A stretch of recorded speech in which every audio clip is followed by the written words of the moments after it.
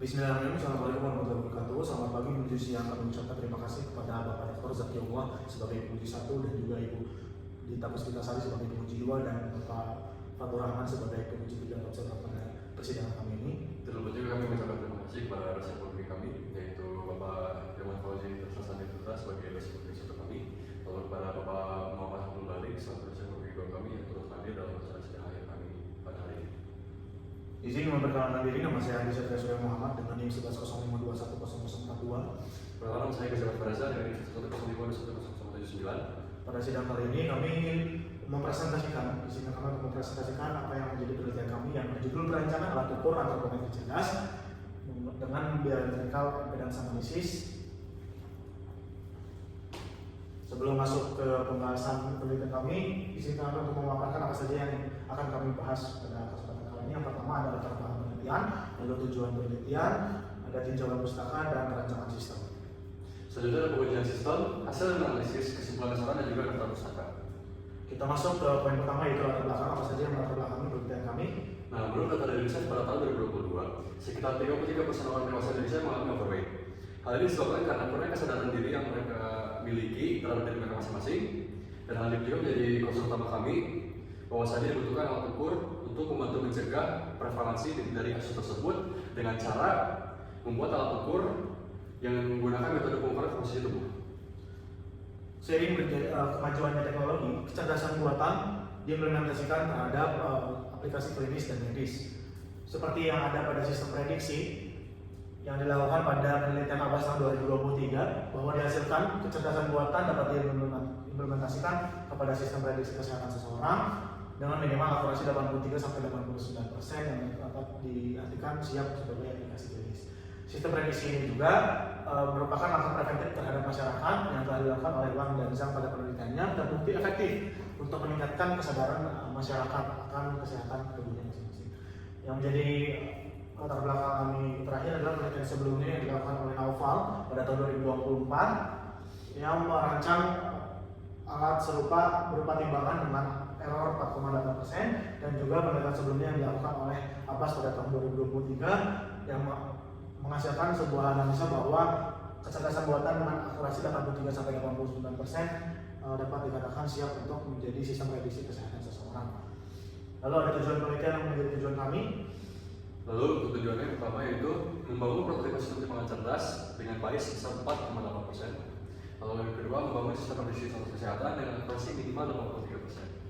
Selanjutnya mengidentifikasi parameter untuk memprediksi status kesehatan apa saja. Lalu yang terakhir mengimplementasikan dan mengevaluasi performa dari sistem yang telah kami rancang.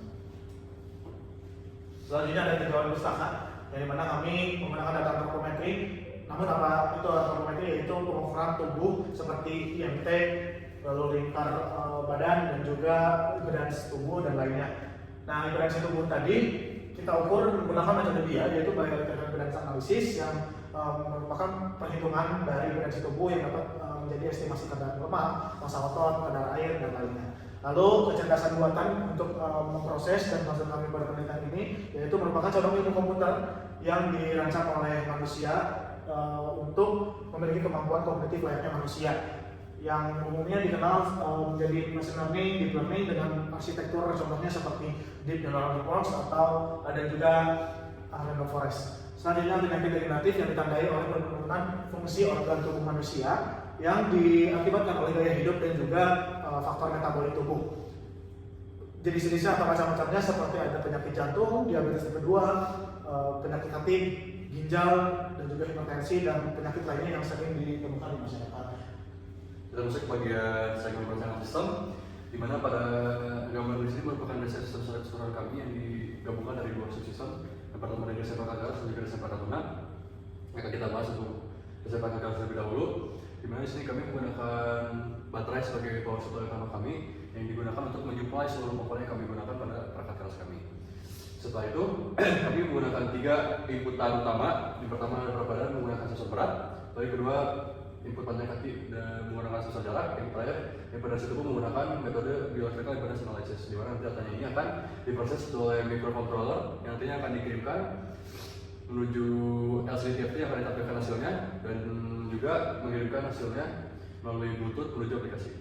Selanjutnya desain perangkat lunak, yang dimana user akan dihadapkan langsung ke halaman utama yang memiliki 3 pemilihan fitur. Yang pertama ada profil pengguna, lihat riwayat, dan juga pemeriksaan. Pemeriksaan via Bluetooth ini akan diminta untuk mengkoneksikan dulu terlebih dahulu Bluetooth dengan timbangan. Yang dimana nantinya dari komunikasi perangkat timbangan akan mengirimkan data antropometri yang berhasil diolah ke aplikasi dan ditampilkan di aplikasi. Lalu data antropometri yang diterima tadi dari timbangan akan diolah menggunakan model AI yang telah diimplementasikan ke aplikasi dan akan menghasilkan sebuah hasil yang berupa informasi dari prediksi kesehatan yang berasal dari pengolahan data antropometri. Yang nantinya riwayat pemeriksaan tersebut dapat disimpan pada database lokal aplikasi. Selanjutnya kita masuk ke bagian voucher atau bagian alir. Di sini akan kita masukkan menjadi hardware terlebih dahulu. Di mana pada flow pertama itu pada bagian kiri, di situ merupakan bagian inisialisasi sistem dan juga penginputan jenis kelamin pada hasil TFT. Setelah kita bisa berhasil menginputkan jenis kelamin, kita masuk ke pengukuran berat badan oleh modul X1. Setelah itu pengukuran panjang kaki yang digunakan yang dihitung oleh sensor Sharp. Setelah data yang ditemukan, kita lakukan perhitungan IMT. Setelah itu baru rangkaian dia bekerja dengan cara mengirimkan arus pada tubuh melalui plat elektroda. Setelah itu rangkaian dia menerima tegangan dari tubuh subjek, lalu dimulai perhitungan dari persentase lemak, kadar air, dan juga masalah tubuh. Setelah itu setelah semua data dikumpulkan, nantinya akan dikirimkan ke LCD dan ditampilkan. Dan tidak hanya itu juga, nanti datanya akan dikirimkan melalui Bluetooth menggunakan modul Bluetooth HC05 menuju aplikasi.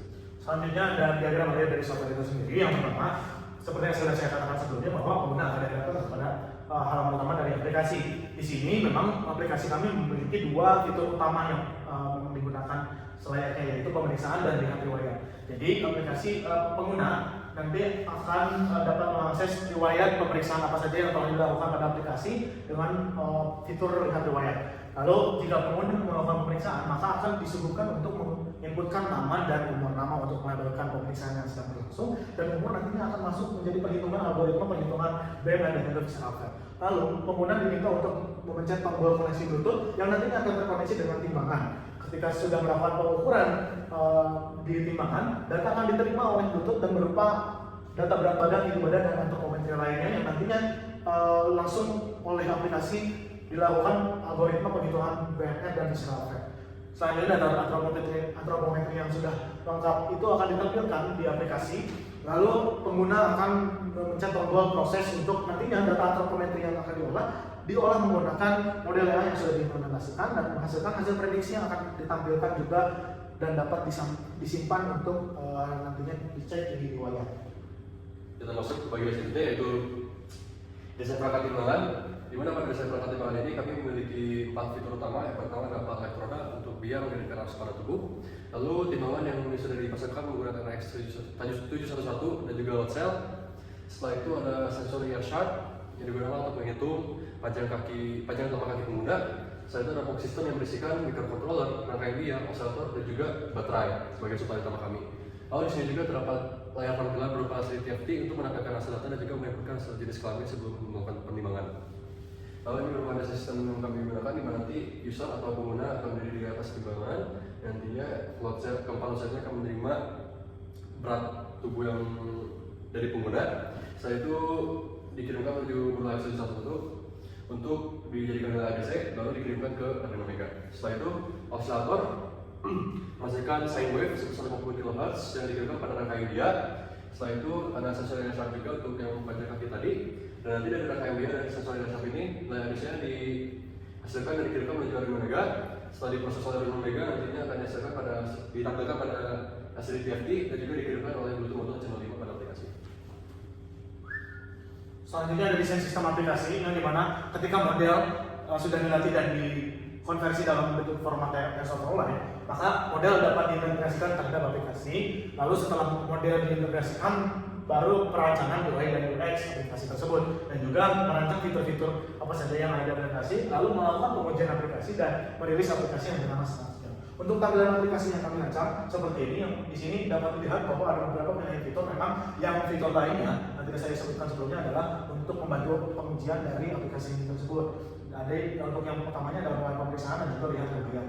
Ini mana ketika mulai pemeriksaan, pengguna akan dihadapkan beberapa card yang berupa informasi. Yang pertama adalah status Bluetooth untuk aplikasi, apakah sudah terhubung dengan timbangan atau belum. Lalu di sini ada performa pengukuran, dan juga yang utama ada card untuk data antropometri. Jadi nanti data yang diterima dan ditimbangan akan ditambahkan di sini. Selanjutnya ketika memproses data antropometri yang diterima, maka akan berubah tampilan hasil, yaitu ada ringkasan dari label pemeriksaan dan juga tanggal dan juga waktu, lalu ada data antropometri yang diterima dan diolah, lalu nanti ada hasil komputasi aplikasi dari model yang dipakai, lalu ada hasil prediksi yang menjadi utama dari hasil ini, di mana nanti ada berupa animasi bar yang merepresentasikan dari persentase potensi resiko penyakit yang di datanya diolah seperti itu, dan nanti pengguna dapat menyimpan riwayat pemeriksaan dan dapat ditampilkan di riwayat aplikasi seperti itu.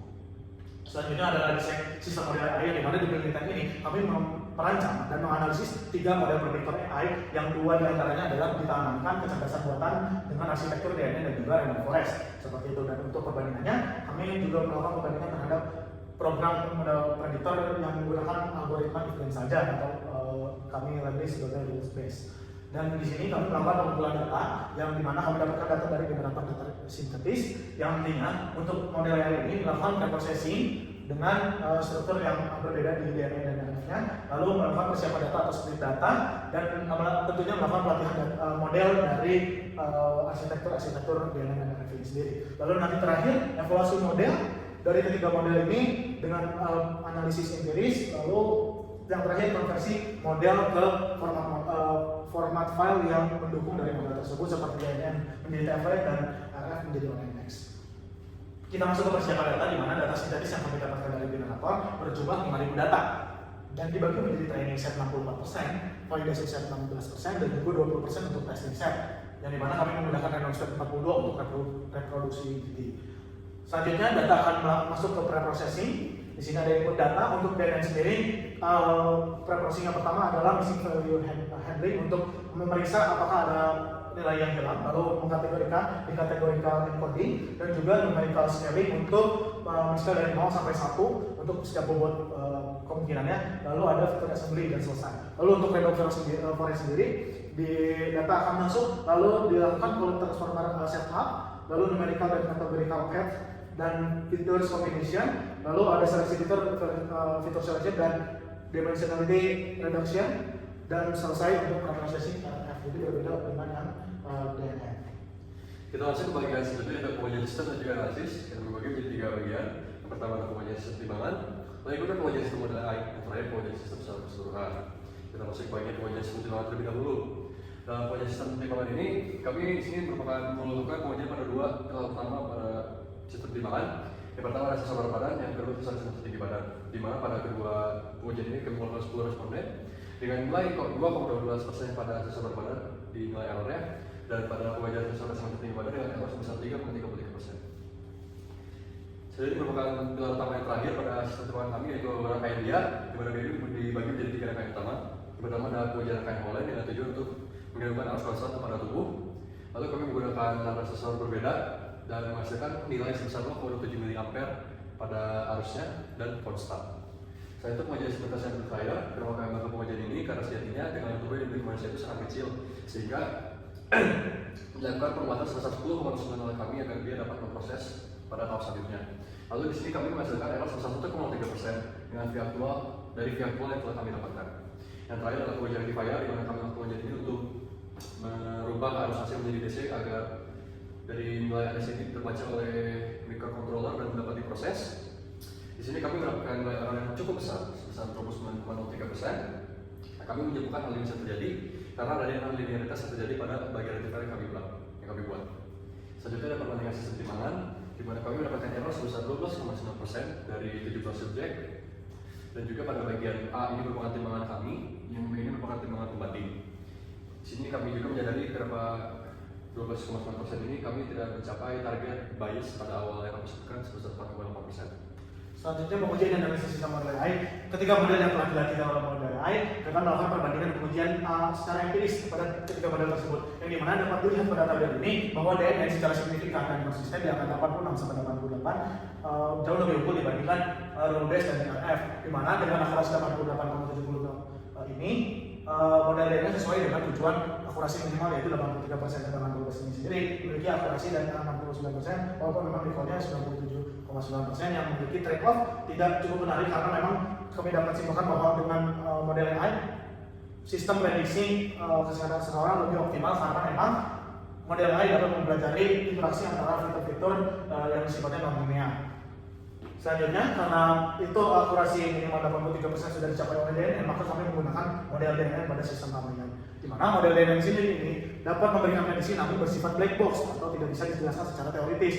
Maka dari itu, untuk membongkar black box tersebut, kami melakukan analisis menggunakan metode Sharp untuk menganalisis signifikansi parameter yang dilakukan model untuk setiap penyakit yang dihasilkan seperti ini. Dengan melakukan pendekatan metode null point atau titik siku, kita dapat menarik kesimpulan bahwa BNP dan kadar lemak di setiap penyakitnya secara konsisten menunjukkan dua teratas sebagai parameter yang bobotnya paling tinggi untuk setiap prediksi penyakitnya.